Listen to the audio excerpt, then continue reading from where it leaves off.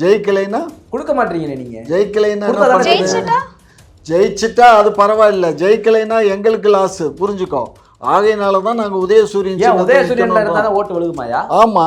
அப்படியா? ஆமா. புதுசா ஒரு சின்னத்தை கொண்டு எல்லாத்துக்கும் தெரியும். எல்லாத்துக்கும் தெரிஞ்சாலும் நாங்க வந்து நீங்க மட்டும் வாழணும்னா விசிக அழியணுமா, மதிமுக அழியணுமா, கம்யூனிஸ்ட் அழியணுமா, ஆமா கமல் அழியணுமா? ஆமா. அவங்களையும் நீங்க விடக்கூடாதுன்னு எங்களுக்கு திராவிட மாடல் ஆட்சி, திராவிட முன்னேற்ற கழகம், உதயசூரியன் சின்னத்துக்கு தான் வாக்களிப்பாங்க மக்கள். உதயசூரியன் திராவிட ஆட்சி தான் மீண்டும் தமிழகத்தில். யார் சொன்னா? அது யார் சொல்லணும்? நான் தான் சொல்றேன்டா. எங்க ஜோசியம் பாத்தீங்க? அப்ப ஓட்டு மெஷின்ல ஆல்ரெடி வேலையை பாத்துட்டீங்க. இங்க பாரு, மெஷின்ல வேலை பாத்துட்டீங்க. அதானே நாங்க கொடுக்க கூடாது, கொடுத்து விட்டாங்க தெரியாதுமா. அப்புறம் என்ன மஸ்துக்கு நீ அதை பத்தி பேசுற? அது வேற என்ன பேசத்தே முடியும்? பேசாத, நான் அறுத்து விடுவேன் நாக்க. அறுத்து விடுவீங்களா? அப்புறம் ஏன் நாக்க பார்த்தவங்களுக்கு அவ்வளவு இலக்காரம் போச்சு? ஆமா, அறிவு. தமிழ் தாண்டவம் ஆடக்கூடிய நாக்கு. தமிழ் உங்க நாக்கு காட்டுங்க. என்ன டான்ஸ் ஆடும்? கேப்ல ஆடுமா? தமிழ் டான்ஸ் நடக்கும். 2011 மாதிரி. ஆனா ஆட்சி வேற ஆள் கையில போயிடும். சரியா? ரஜினி வாய்ஸ் கொடுப்பாரு, கமலே எங்களோட இருப்பாரு, தம்பி விஜயும் கடைசி நிமிஷத்துல திமுகவுக்கு ஓட்டு போடுங்கட்டு அவரும் போயிடுவாரு. இதெல்லாம் எப்படி கொஞ்சம் கூட சிரிக்காம பேசுறீங்க? எனக்கு என்ன பிடிக்கும், சிரிக்காம காமெடி பண்ணுவீங்கல்ல. அப்படியெல்லாம் கழுவி ஊத்துன நபர் தான் தொடர்ந்து உங்களை தண்ணி குடிக்க வச்சாப்புல எம்ஜிஆர். அதே தான் இப்போ நடக்க போகுதுன்னு நினைக்கிறேன் நான். நீங்கள் விஜய் சும்மா ஓட்டிங்கன்னா கூட போயிருப்பாப்புல, தெரிஞ்சு விஜய்க்கு அந்த மாதிரி டிஆர் ராஜன் மாதிரி போயிருப்பாரு. நீங்கள் அவரை போட்டு ரொம்ப சுரண்டிட்டீங்க. அதனால எல்லா எல்லைக்கும் கடந்துட்டாப்புல. நம்மளை இந்த அளவுக்கு அடிச்சுட்டாங்கல்ல, இவங்களை காலி பண்ணிடணும் விஜய் முடிவு பண்ணிட்டாப்புல. எனக்கு வந்து செய்தியை சொல்கிறேன். அந்த ஆளுகளோட தாவே காலில் நான் பேசும்போது சொல்கிற ஒரே வார்த்தை, நான் வரனால திமுக வரக்கூடாது, திமுக தீய சக்தி. ஏன் வாழ்க்கையை இந்த அளவுக்கு நடுரோடு வரைக்கும் கொண்டு வந்துட்டான். என்ன தரம் பேசுறாங்க உங்க ஊழல் எல்லாம்? கொஞ்சம் நிப்பாட்டு. மொபைல் எடு. எடுத்து என்ன போறீங்க? இல்ல இப்ப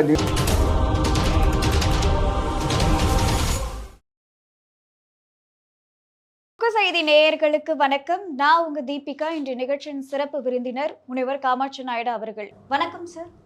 வணக்கம் சார். திமுக மீது ஒரு விமர்சனம் எழுந்துட்டே இருக்கு. அதாவது உங்களுடைய கூட்டணிகள்லாம் வலுவா இல்லை அப்படின்னு. எதுக்காக அப்படின்னு பார்த்தீங்கன்னா, முதல்ல வந்து சீட்டு வழங்குறதுல ஒரு பிரச்சனை போயிட்டே இருந்தது. இப்போ வந்து சின்னத்தில் நிற்கிறதுலையே பிரச்சனை போயிட்டு இருக்கு. கமல் கூட வந்து சொல்லியிருக்காரு, நான் டார்ச் லைட்டில் தான் நிற்பேன், உதயசூரியன் வந்து எங்களுக்கு வேண்டாம் அப்படின்ற மாதிரி பேசிட்டு இருக்காரு. சரி, இதெல்லாம் எந்த நாய் ஸ்கூட்டி கழிச்சு சொல்லுச்சு? அந்த நாயை பத்தி சொல்லு. திமுகவில் இது போன்று நடக்குதுன்னு செய்திகள்ல வெளியிட்டு இருக்காங்க. எந்த செய்தி, எந்த பத்திரிகையில, எந்த நாய் போட்டு? முரசொலி, கலைஞர் டிவி செய்திகள், சன் டிவி, இசை அறிவியெல்லாம் வந்துச்சுன்னு நினைக்கிறேன் பாட்டு ஓடும்போதே. அறிவு இருந்தவன் என்ன எங்க சேனல்லையே எங்களை பத்தி தவறா பேசுறத விடு. நீங்க வந்து சும்மா எதையாவது பூதிப்படியா பேசக்கூடாது, பூதுப்படியா நீயும் கேட்கக்கூடாது. கேள்வி இங்க பாரு, ஒரு விஷயம் புரிஞ்சுக்கோ. எங்கள்கிட்ட இருக்கு, வெற்றி பெற போறோம். அதனால எல்லாரும் ஏறி விழுந்து வர்றாங்க. சின்னத்திலேயே நிக்க அவங்க தயாரா இல்ல. சின்னத்துல நிக்க தயாரா இல்லைங்கிறது நாங்க பாத்துக்கிறோம். உங்களுக்கு அந்த கவலை வேணும். நீங்க ஒரு கட்சி அழிக்கிற வேலையை தானே பாக்குறீங்க. எங்களுக்கு வந்து அது தெரியும். டார்ச் லைட்ல அவர் நின்றா நிக்கட்டும். ஜெயிக்கலைன்னா கொடுக்க மாட்டீங்க. நீங்க ஜெயிச்சிட்டா அது பரவாயில்ல, ஜெயிக்கலைன்னா எங்களுக்கு லாஸ், புரிஞ்சுக்கோ. ஆகையினால தான் நாங்கள் உதயசூரியன்ல இருந்தா ஓட்டு விழுகுமாயா? ஆமா. அப்படியா? ஆமா. புதுசா ஒரு சின்னத்தை கொண்டு எல்லாத்துக்கும் தெரியும். எல்லாத்துக்கும் தெரிஞ்சாலும் நாங்க வந்து நீங்க மட்டும் வாழணும்னா விசிக அழியணுமா, மதிமுக அழியணுமா, கம்யூனிஸ்ட் அழியணுமா, கமல் அழியணுமா? கிட்டத்தட்ட அழிச்சு கொண்டு வந்துட்டீங்க எல்லா கட்சியும். 10 இருந்தாலும் 5 4 3 மதிமுக 4 கொடுத்தா நீ 3ல வந்து உதயசூரியன் இல்ல ஒண்ணே வேணா பம்பரத்தை சுத்த விடு அப்படிங்கிறீங்களாம்ல. ஆமா, முடிஞ்சு. அநியாயம் தானே? திமுக முடிஞ்சிருச்சு. கூட்டணி கட்சிகளுக்கே திருப்தி இல்லாத போது திமுக எப்படி ஆட்சியை பிடிக்க போகுது? அட நீ வேற, ஊருக்கு 10 பேர் இல்லாத கட்சி எல்லாம் கூட்டணி கட்சின்னு இன்னத்தையோ சாத்தான் அவருக்கு இல்லாத ஊருக்கு இழுப்பப்பு சக்கரைன்னு வச்சுக்கிட்டு அவங்களையும் நீங்க விடக்கூடாதுன்னு. எங்களுக்கு திராவிட மாடல் ஆட்சி, திராவிட முன்னேற்ற கழகம், உதயசூரியன் சின்னத்துக்கு தான் வாக்களிப்பாங்க மக்கள். உதயசூரியன் திராவிட ஆட்சி தான் மீண்டும் தமிழகத்தில். யார் சொன்னா? அது யார் சொல்லணும்? நான் தான் சொல்றேன்டா. எங்க ஜோசியம் பாத்தீங்க? நீங்க சொன்னா என்ன நடக்குமா? மஸ்துக்கு அப்ப ஓட்டு மெஷின்ல ஆல்ரெடி வேலையை பாத்துட்டீங்க, இங்க பாரு, மெஷின்ல வேலை பாத்துட்டீங்க. அதானே நாங்க வந்து மீண்டும் ஆட்சி அமைப்போம். நான் 26லும் எங்களுடைய, நான் சொல்றேன், அன்னைக்கு சொன்ன 24ல எங்களுடைய டெல்லி ஆட்சிக்கு நாங்க அன்னைக்கு எங்களுக்கே தெரியும். இன்னைக்கு 26லயும் நாங்க தான், 31லயும் நாங்க தான், யாரு இன்னும் சொல்ல போனா 36லயும் நாங்க அப்ப தான். யார் யார் சிஎம்? புரிஞ்சுக்கோ. 36ல யார் சிஎம்? நான் பேரன், யாரு? கலைஞருடைய கொள்ளு பேரன், யார் பேரு? இன்பநிதி. இன்பநிதி. ஆமா. ஒரு படம் இப்பதான் ஞாபகத்துக்கு வருது எனக்கு. ஆ. கொலக்கரையில சத்யராஜ் குடிச்சிட்டு அன்றாயிரம் கழட்டி போடுவாரு. உடனே, ஆமா. நான் தான் அடுப்பேன் சீனியாரிட்டி படிப்பாங்க. ம். அது ஞாபகத்துக்கு வருது. சும்மா ஞாபகத்துக்கு வந்து சொன்னேன். வரும்டி வரும். உங்களை எல்லாம் ரோட்ல அவுத்து இல்ல, விட்டு கொஞ்சம் கூட வெக்கமே வெக்கமே இல்லாம 26ல நாங்க தான், 31ல நாங்க தான், 36ல அப்படி சொல்ற நீங்க எங்களுடைய தொண்டர்ல இருந்து வன்னியர் சமுதாயத்திலயோ இல்ல ஒரு முக்குளத்தோர் சமுதாயத்திலயோ இல்ல ஒரு பட்டேல் சமுதாயத்துல இருந்தா ஒருத்தர் சிஎம் வருவாருன்னு சொல்ல வாய் வர மாட்டேங்குது திமுகவுல. ஏன் அவங்க வீட்டுலதான் எல்லா சமுதாயம் இருக்காடா. அறிவுட்டவனே. பேர் சொல்லுங்க. என்ன பேர் சொல்லுங்க? முதல்வர் என்ன சமுதாயம்? முதல்வர் என்ன சமுதாயம்? என்ன சமுதாயம் உனக்கு தெரியுமில்ல? அப்புறம் சரி, துணை முதல்வர் என்ன சமுதாயம்? துணை முதல்வர் என்ன சமுதாயம் சொல்லுங்க. சொல்லு. அப்பா சமுதாயம்னா பையன் சமுதாயம் தானே. சரி, இப்ப அவரு யார கல்யாணம் பண்ணிருக்காரு? அந்த வந்துட்டார்ல, உடனே வந்துருவாரு. இப்ப அதனால கிருத்திக் வந்து சிஎம் ஆக போறாங்களா? அதெல்லாம் சொல்லக்கூடாது. குடும்பத்துல அந்த 2 பேத்துக்கு பிறந்தது தானே இன்பநிதி. இப்ப கலைஞர் கலப்புதுல வந்தனால ஆமா அவர் இங்கிட்டு வருவாரா இங்கிட்டு வருவாரா? இங்க அவர் வடகலையா தெங்கலையா? வடகலை வடகலையா? ஒரு கேட்டவன. இப்ப ஏற்கனவே இப்ப வந்து மதுரையில இருக்கவரை அவர் யார கல்யாணம் பண்ணியிருக்காரு? ஓபி ராமனுடைய கொழுந்தியால கல்யாணம் பண்ணியிருக்காரு. அவங்க யாரு? சார், அவர் வந்து உங்க குடும்பத்துல இருக்கிறவங்களுக்கு வாய்ப்பு கொடுங்கன்னு சொல்லல. தொண்டர்ல இருந்து இது போன்ற அது எங்களுக்கு தெரியும்டா. அது யாருக்கு கொடுக்கணும் யாருக்கு கொடுக்க கூடாதுங்கிறது எங்க முதலமைச்சருக்கு தெரியும், எங்க கட்சியுடைய உங்களுக்கு வந்து கமிஷன் கொடுக்கறாங்களோ அது உங்களுக்கு தெரியும். அது எங்களுக்கு எங்க தலைமை என்ன செய்யுமோ, எங்க தலைமை என்ன செஞ்சாலும் அதை ஏத்துக்கிற பக்குவம் எங்களுக்கு இருக்கு. சரியா? 1000 பேர் நாங்க சீட்டு கேட்டிருக்கோம். சீட்டு கொடுக்கறது 234 கூட்டணி போக எங்களுக்கு இருக்கிறது 160 170 சீட்டு தான். இதுக்கு போக மீத ஆட்கள் எல்லாம் சீட்டு கிடைக்கலைங்கிறதுக்காக எவனும் தனிச்சு சுயேட்சையா போட்டி போட்டு தேர்தலை சந்திக்க மாட்டான். அவன் மாங்குன்னு திமுகவுக்கு தான் வேலை வைப்பான். நாங்க மாங்கு நான் பாக்குறேன்ல. அது மாதிரி என்ன வேலை பார்த்தீங்க? நான் தான் பேசுறேன் இல்ல, இதுவே வேலை தானே. அப்புறம் என்ன? ஆகையினால நாங்க இந்த மாதிரி தான் இருப்போமே தவிர நாங்க ஒரு காலம் கட்சிக்கு எதிராவோ அல்லது கட்சியை தவறாவோ சித்தரிக்க மாட்டோம். இல்ல, நீங்க அப்படி பேசிட்டு இருக்கீங்க. வேல்முருகன் அவர்கள் கூட வந்து இன்னும் 24 மணி நேரத்துல வந்து என்ன அழைக்கலனா கூட்டணியை விட்டு நான் விலகுவேன் அப்படின்ற மாதிரி எல்லாம். வேல்முருகனுக்கு நிறைய ஏமா அன்னைக்கு வந்து அவரு டாக்டர் ஐயா கூட சேர்ந்ததுனால நீ பண்ருட்டி தொகுதியில எம்எல்ஏவா ஆன 3 தடவை ஆயிருக்காரு. அதாமா பண்ருட்டி அவர் இவரு தனிச்சு நின்று சுயேட்சையா நின்று ஜெயிக்க சொல்லு பாப்போம். திமுக தனிச்சு தான்டா நிக்குது. எங்க தனிச்சு நிக்குது? நாங்க தனிச்சு தான் நிக்கிறோம். ஒழுங்கா பேசணும். என்ன ஒழுங்கா? வேல்முருகன் தனியா நின்னு சொன்ன நீங்க அதே மாதிரி திமுக தனியா நின்னு பேசுங்க. அப்ப நீங்க சொல்ல யோகிதை இருக்கு. இந்த இந்த தடவை இங்க பாரு, எங்கள்கிட்ட இந்த வேல்முருகன் ஏதாவது கலந்து ஏதாவது சில்மிசம் பண்ணாருன்னு வச்சுக்கோ, நாங்க பண்ருட்டிலயும் நாங்க ஆளை நிப்பாட்டி நாங்க தோத்து போயிருவோம். இவருக்கு டெபாசிட் எல்லாம் போய் அதான் ஒண்ணு இவர் ஜெயிப்பாரு, இல்ல திமுக தோத்து போயிரும். அதிமுக வந்துரும். வரும், விடுவோம், விடத்தே போறீங்க. பாப்போம். உங்களுக்கு இந்த கெட்ட எண்ணத்துக்கு எதாவது அழிவு சீக்கிரம் வரும்யா.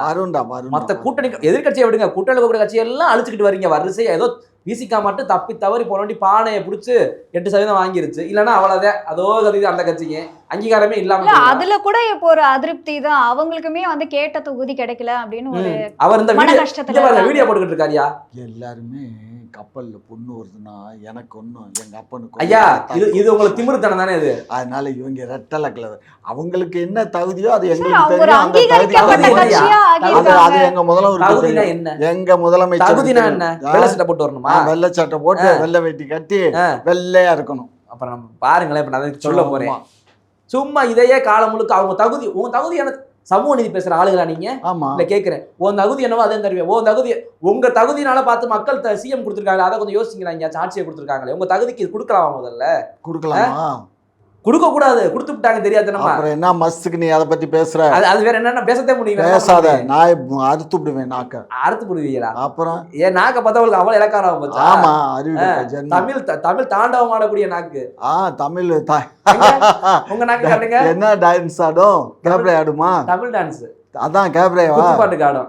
குத்து பாட்டுக்கு டான்ஸ் ஆடும். ஆமா ஆமா டான்ஸ் ஆடும். உங்களை மாதிரி தெலுங்கு பாட்டுக்கு ஆடாது. ஆடும். சார் சிபிஎம் கூட விலகிறதுக்கான செயற்குழு கூட்டம்லாம் இப்போ கூட்டிட்டு இருந்தா சொல்றாங்க சார். ஏம்மா நீ ஒரு விஷயம் நல்லா புரிஞ்சுக்கோ, எல்லாத்துக்கும் இந்த தேர்தலில் சந்திக்கணுங்கிற எண்ணம் இருக்கும், அதை வந்து மறுப்பதுக்கு இல்லை. ஒரு காலத்தில் நம்மளும் ஆட்சிக்கு வரணும்னு, ஒரு காலத்தில் 57 எம்எல்ஏக்களை வச்சுருந்தவங்க தான் இந்த கம்யூனிஸ்ட்டு. அப்போ உடையெல்லாம் ஒரே கம்யூனிஸ்டாக இருந்தது. அதுக்கப்புறம் கழுது தெரிஞ்சு கட்டரும்பு மாதிரி 2 கம்யூனிஸ்டாக இங்கே வலது இடதுன்னு உடஞ்சி போச்சு. நீங்க பணங்களை கொடுத்து அவங்களை அதெல்லாம் நாங்கள் உடைக்கல. அகில இந்தியாவில் அறிவு கட்ட கழுதா நீயே அவன மாதிரியே பேசுகிற. வெளியே பேசிக்கிறாங்க. வெளியில் எப்படி தான் வருது வாய். சரி அப்ப எப்படி உடைஞ்சு? அகில இந்திய அளவில் லெஃப்ட் ரைட்டுன்னு அப்பமே உடஞ்சிருச்சு, புரியுதா? அகில இந்தியா கட்சி அது ரெண்டுமே அகில இந்திய அளவில் உடஞ்சி போச்சு, புரிஞ்சுக்கோ. ஆனால் நாங்கள் மாநிலத்தில் நாங்கள் ஒன்றும் உடைக்கலை. ஒரு கம்யூனிஸ்ட்டு எங்களோட ஆதரவில் இருந்தாங்க எம்ஜிஆர் ஆட்சியில். அங்கே எம்ஜிஆர் பக்கம் இன்னொரு கம்யூனிஸ்ட், வலது கம்யூனிஸ்ட்டு எம்ஜிஆருக்கு சப்போர்ட்டு, இடது கம்யூனிஸ்ட்டு எங்களுக்கு சப்போர்ட்டு, அப்படி இருந்துச்சு ஒரு காலத்தில். அதுக்கப்புறம் வந்து எம்ஜிஆர் மறைவுக்கு அப்புறம் வந்து அவர் எம்ஜிஆர் மறைவில் அந்த எம்ஜிஆருக்கு ஆதரவு கொடுத்த ஒரு தலைவர் இருந்தார். அவர் மறைஞ்சதுக்கப்புறம் எங்களுக்கு வந்து ஏன்னா இப்போ திமுகவுக்கு ஒரு 1/2% ஓட்டு கூட வந்து தேவைப்படுது. சரி கம்யூனிஸ்டுக்கு வந்து எவ்வளவு ஓட்டு இருந்தாலும் பரவாயில்ல, அவங்கள கூட ஒரு பலத்துக்காக வச்சுக்கணும் அப்படின்னு பேரு தான்டா, பேரு பெத்த பேரு தாவதானிக்கு நீர்ல இருந்து தெலுங்குல ஒரு கரெக்டா சொல்றீங்க. உங்க முதல்வர் மாதிரி சொல்றீங்களே. ஆகையினால ஒரு பேருக்கு தான். இப்போ கமல்னால எங்களுக்கு ஓட்டு வருமா வராதாங்கிறத பற்றி எங்களுக்கு கவலை இல்லை. கமலஹாசன் எங்களோட இருக்காரு. நாளைக்கு ரஜினி வாய்ஸ் கொடுப்பாரு எங்களுக்கு, அதுவும் எங்களுக்கு நடக்கும். 2011 மாதிரி ஆனால் ஆட்சி வேற ஆள் கையில் போயிடும். சரியா? ரஜினி வாய்ஸ் கொடுப்பாரு, கமலே எங்களோட இருப்பாரு, தம்பி விஜயும் கடைசி நிமிஷத்துல திமுகவுக்கு ஓட்டு போடுங்கன்ட்டு அவரும் போயிடுவாரு. இதெல்லாம் எப்படி கொஞ்சம் கூட சிரிக்காம பேசுறீங்க பாத்தீங்களா? உங்களுக்கு எனக்கு என்ன பிடிக்கும், சிரிக்காம காமெடி பண்ணுவீங்கல்ல. உண்மை தானடா சொல்றேன். விஜய் வந்து திமுக ஓட்டு கேட்க பண்ணா அவங்க வேட்பாளர் எங்க ஓட்டு கேட்க மாட்டாரு, மக்கள்கிட்ட சொல்லிட்டு போயிடுவாரு, நீங்க எல்லாம் திமுகவுக்கு ஓட்டு போடுங்க. அப்படியா? எங்க போவாரு? எங்க போவாரு? அவர் பொண்டாட்டி விட்டுட்டு இன்னொன்னு கோவா உங்களுக்கு இதேதான் வேலை. என்ன அரசியல் ரீதியா வந்து சொல்லுங்க. ஒரு அதாவது திமுக நடிக்கிறதுக்கு போவாருன்னு சொல்லுங்க. நடிக்கிறதுக்கு போவாரு, நான் ஏன் சொல்றேன் சின்ன வீட்டுக்கு போவாருன்னு சொல்லக்கூடாது. அது வந்து நீங்க தனிப்பட்ட முறையில என்ன பாருங்க, உங்க லட்சணம் எப்ப தெரியுமா தெரிஞ்சிச்சு? எம்ஜிஆர் வந்தாரு தெரியுமா அரசியலுக்கு? அப்ப நீங்க எந்த அளவுக்கு கழுவி விஜய இல்ல, விஜயை விட 3 மடங்கு அப்படியெல்லாம் கழுவி ஊத்துன நபர் தான். அது தொடர்ந்து உங்களை தண்ணி குடிக்க வச்சாப்புல எம்ஜிஆர். அதே தான் இப்ப நடக்க போகுதுன்னு நினைக்கிறேன் நான். நீங்க விஜய் சும்மா ஓட்டிங்கன்னா கூட போயிருப்பாப்புல, தெரிஞ்சு விஜய்க்கு அந்த மாதிரி டிஆர் ராஜேந்திர மாதிரி போயிருப்பாரு. நீங்க அவரை போட்டு ரொம்ப சுரண்டிட்டீங்க, அதனால எல்லா எல்லைக்கும் கடந்துட்டாப்புல. நம்மளை இந்த அளவுக்கு அடிச்சுட்டாங்கல்ல, இவங்களை காலி பண்ணிடணும் விஜய் முடிவு பண்ணிட்டாப்புல. எனக்கு வந்து செய்தியை சொல்றேன், அந்த ஆளுகளோட தாவே காலையில் நான் பேசும்போது சொல்ற ஒரே வார்த்தை, நான் வரனால திமுக வரக்கூடாது, திமுக தீய சக்தி. ஏன் வாழ்க்கையை இந்த அளவுக்கு நடுரோடு வரைக்கும் கொண்டு வந்துட்டு அவன் தான் திமுக. நான் திமுகவை எந்த காலத்துக்கும் வரவிட மாட்டேன். ஆமா, இவர் புடுங்கிடுவாரு. இவர் ஒருத்தர் வந்து அட போற எம்ஜிஆர்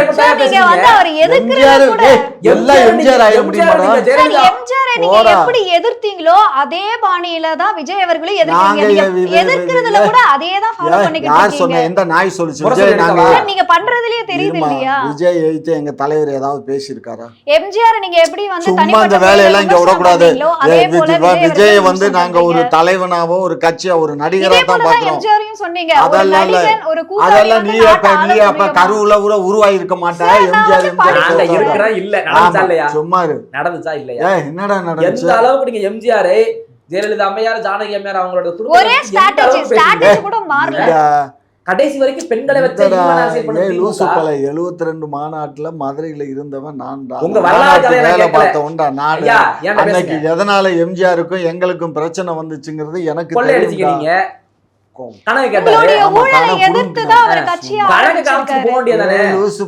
அன்னைக்கு ஜெயலலிதாவை கூட்டிட்டு வந்துட்டாரா, அந்த அம்மா மேடையில ஏத்தணுங்கிறாரு, கலைஞர் முடியாதுன்னாரு. இது தாண்டா பிரச்சனை. அறிவு கட்டவனே, இதெல்லாம் பொம்பளை விஷயம், இதெல்லாம் சொல்ல வேண்டாம். இல்லைன்னு எவனையா மறுக்க சொல்லானா திமுக காரனா என்ன மாதிரி சர்வீஸ். இப்ப யாருப்பா? இப்ப 2-3 பேர் இருக்காங்க. அந்த 3-4 பேர் தான் அந்த பீரியட்ல இருந்தவனுங்க. அவனுங்களை மறக்க சொல்லு பாப்பா, நான் சொன்னது இல்லைன்னு சொல்லு.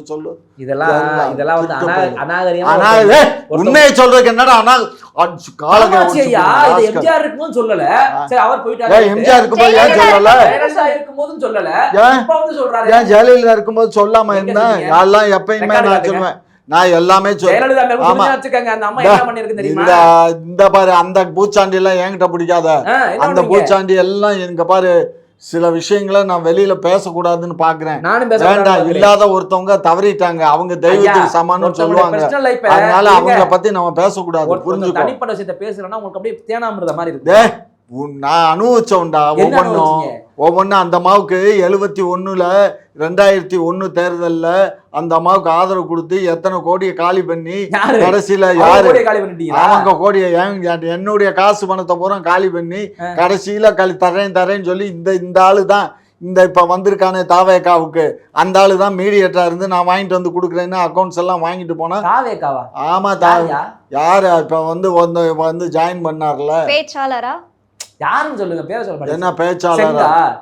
செங்கா. ஆமா செங்கவர்களா? ஆமா அந்த ஆளு தான் எல்லா அக்கௌண்ட்ஸ் முதற்கொண்டு எங்க ஆபீஸ்ல வந்து எங்க ஆபீஸ் நான் வாங்கி தரேன்.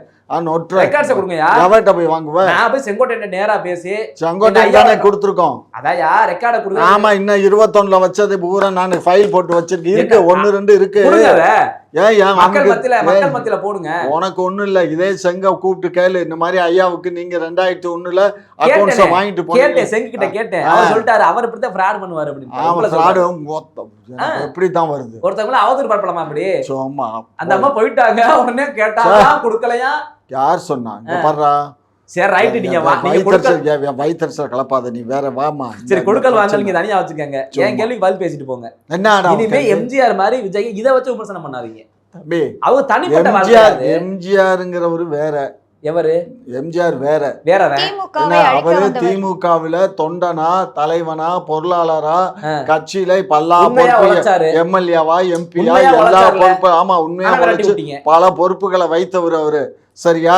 அது கடைசியில போனது பொம்பளைனால போச்சு. புரிஞ்சுக்கோ. நாடு இங்க பாரு, இந்த நாடு இந்த தேசங்கள்லாம் போறது எல்லாம் இந்த இனத்தாலதான். புரிஞ்சுக்கோ. ஆமா இந்த பொம்பளைனாலதான் நாடு கெட்டு போகுது. ஒவ்வொரு அரசனும் கெட்டதாதான், ஆண்டி கெட்டதா. அதுதான் அதே பெண்ணுதான் உங்களை முட்டி போட வச்சு பெரும்பாலே அடிச்ச இந்திரா காந்தி அம்மையார் பெண்ணுதான். ஆமா அதான் சொல்றேன், வாழ வைக்கிறது பெண்கள் தான், அழிக்கிறதும் பெண்கள் தான். ஆப்பது அழிவுதல் பெண்கள் அழிவுதான். உண்மைதானே? உண்மைதான். ஆவது பெண்ணாலே மனுஷன் அழிவதும் பெண்ணாலதான். அதான் உண்மைதான், அதைத்தான் நானும் சொல்றேன். இதனாலதான் உலகமே இப்படி நாடே. ஆமா ஆமா. நீங்க என்ன பண்ணி தெரியுது? ட்ரம்ப் என்னாச்சு? ட்ரம்ப் விஷயம் என்ன தெரியுமா? எதுக்கு இந்த சண்டை ஆரம்பிச்சான் தெரியுமா? அவன் பேர்ல அந்த பிரச்சனை ஓடிக்கிட்டு இருந்தது. என்ன சின்ன பிள்ளைகளை எல்லாம் ரேப் பண்ணாங்கல்ல, அந்த பிரச்சனை ஓடிக்கிட்டு இருந்துச்சு. அந்த பிரச்சனை இவன் கூட இருக்கான் அதுல. யாரு? நம்ம ராகுல் காந்தி இல்லடா நாயே, நம்ம ரிலையன்ஸ் அதுல இருக்கான். சோ இந்த இதெல்லாம் மூடி மறைக்கிறதுக்கோசரம் இந்த சண்டையை ஆரம்பிச்சு அதை அப்படியே அந்த டாபிக் இப்ப வருதா வெளியில. முன்னாடி என்ன பக்கமா எல்லாம் பத்தி அருமையா இருக்குன்னு உலக நாடுகள் பேசிக்கிட்டு இருக்காங்க. என்னது இந்த கதை? உலக நாடுகள்.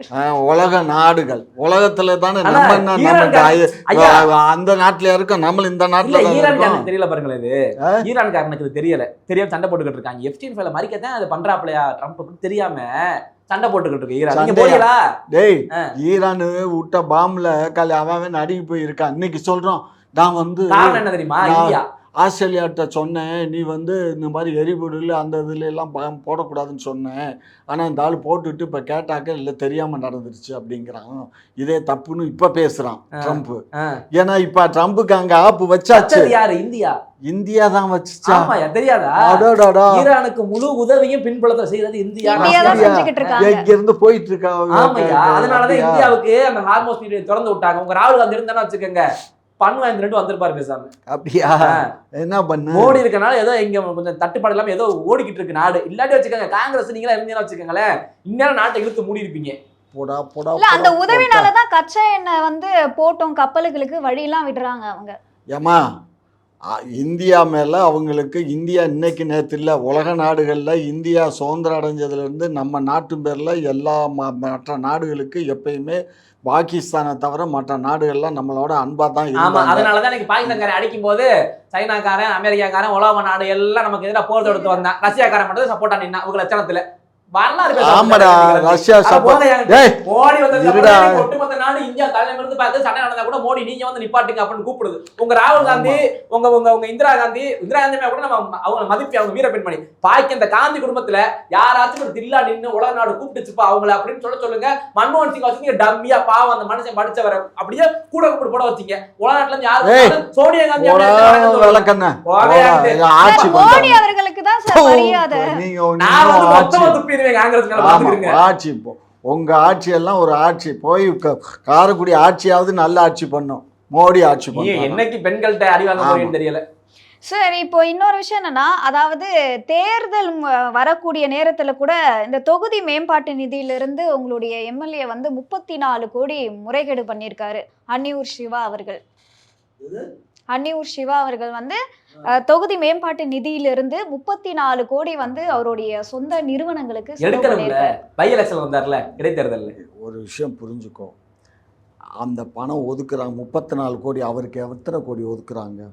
ஒரு எம்எல்ஏவுக்கு எத்தனை கோடி ஒதுக்குறாங்க? பல கோடிகள் வந்து ஒதுக்குறாங்க. அந்த வேலையெல்லாம் பல கோடி கத்திரிக்கான்னு அது வந்து மக்களுக்காக சாலை வசதி, மின்விளக்கு வசதி, மொத்தம் அவங்க 5 வருஷம் பீரியடுக்கு அவங்களுக்கு மொத்தம் எவ்வளவு அனுப்புறாங்க? ஆண்டுக்கு எவ்வளவு? சொல்லுங்களேன் சார். ஆண்டுக்கு எவ்வளவு? ஐயா நீங்க சொல்லுங்க. 2 கோடி. எது ஆண்டுக்கு? ஆண்டுக்கு 2 கோடி. எம்எல்ஏவுக்கு 2 கோடி தானா? 2 கோடி. ஒரு ஊராட்சிக்கே வருஷத்துக்கு 1 கோடி ஒதுக்கிட்டு இருக்காங்க. வந்து எம்எல்ஏவுக்கு 2 கோடியா? 2 கோடி தான் ஒரு எம்எல்ஏக்கு. 5 கோடி வந்து எம்பிக்கு. புரிஞ்சுக்கோ. என்னையா பேசுறீங்க? ஆமாடா, அவங்க நிதி வந்து 2 கோடி 5 கோடிமா? ஆமா, ஒரு தொகுதிக்கு. அவ்வளவுதான். என்னதான் பேசுறீங்க? தொகுதிக்குன்னா வருஷத்துக்கு 2 கோடி எப்படி? வருஷம் மொத்தம் 5 ஒரு பீரியடுக்கு வந்து 10 கோடி கூடயா? என்ன சும்மா 10 கோடி 2 கோடி அதெல்லாம் எனக்கு தெரியாது. என்னமா அந்த கேள்வி தவறான கேள்வி. இப்ப வந்து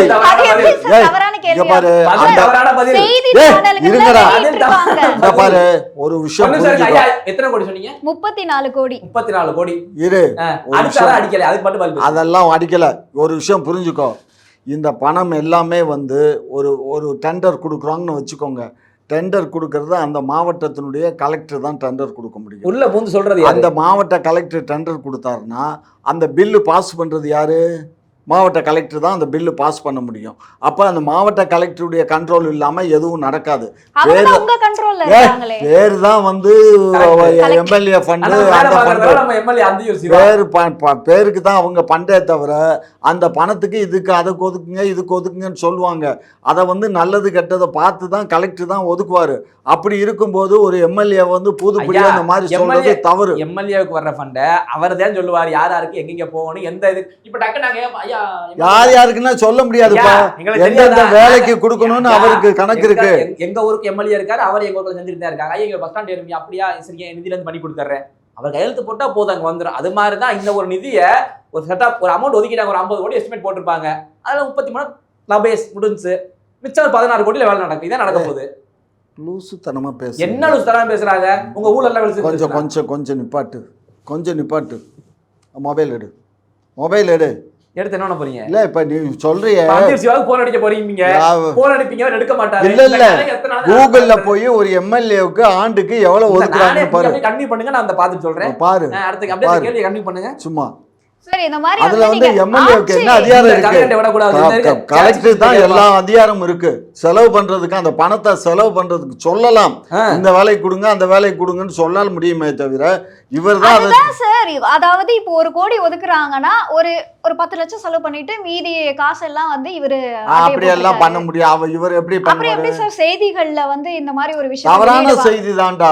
தவறான செய்தியா இருக்க போய் தானே நீ இப்ப அல்வா மாதிரி கேக்குற. தவறான செய்தி இல்ல சார். எல்லா செய்தி சேனல்கள்லயும் இத வந்து பிரேக்கிங்கா போட்டுக்கிட்டு இருக்காங்க. பிரேக்கிங்கா போடுறானா குற்றம். அவன் அப்படி தப்பு பண்ணிருக்க முடியாதுக்கு அப்ப கலெக்டர் சேர்ந்து பண்ணணும். அப்ப அந்த சேனல்கள் மீது எங்க மீது அவதூறு பரப்புறாங்க அப்படின்னு சொல்லி அதெல்லாம் வழக்கு அதெல்லாம் வரும். பாப்போம் எப்போ வரும் சார். அத எப்பன்னா நான் சொல்ல முடியுமா? அதெல்லாம் நடவடிக்கை எடுப்பாங்க. இப்ப தேர்தல் வந்து காலம்.